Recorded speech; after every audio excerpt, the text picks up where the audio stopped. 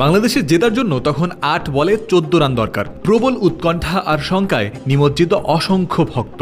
এমন সময় broadcasting camera Shakib Al হাসানের দিকে ঘুরতেই দেখা গেল তিনি বেশ উৎফুল্ল ভঙ্গিতে হাসতে হাসতে হাত পা নাড়ছেন।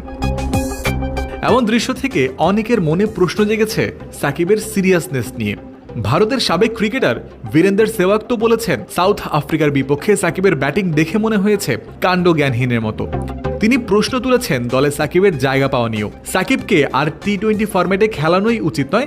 সেহবাগ বলেন, গত বিশ্বকাপে আমার মনে হয়েছে সাকিবকে আর টি-20 খেলানো উচিত নয়। মাঝখানে ও নিষিদ্ধও হয়েছিল, ওই সময় আমার মনে হয়েছে ব্যান হয়েছে, আবারও ফিরবে কিনা। তারপরেও কামব্যাক করেছে, কিন্তু তেমন ভালো কিছুই নয়। আপনি এত সিনিয়র খেলোয়াড়, আপনি এত বছর অধিনায়কও ছিলেন, আপনার নিজেরই লজ্জা হওয়া উচিত। নিজেরই বলা উচিত আমি টি-20 ফরম্যাট থেকে অবসর নিয়ে নেব।